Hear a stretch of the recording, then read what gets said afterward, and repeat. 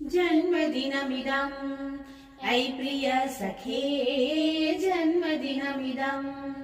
I प्रिय सखे शन्तनोतु ते सर्वदा मुदं शन्तनोतु ते सर्वदा मुदं प्रार्थयामहे भवशतायुषी प्रार्थयामहे भवशतायुषी ईश्वरः सदा त्वां च रक्षतु ईश्वरः सदा त्वां च रक्षतु पुण्यकर्मणा कीर्तिमार्जया पुण्यकर्मणा कीर्तिमार्जया जीवनं तव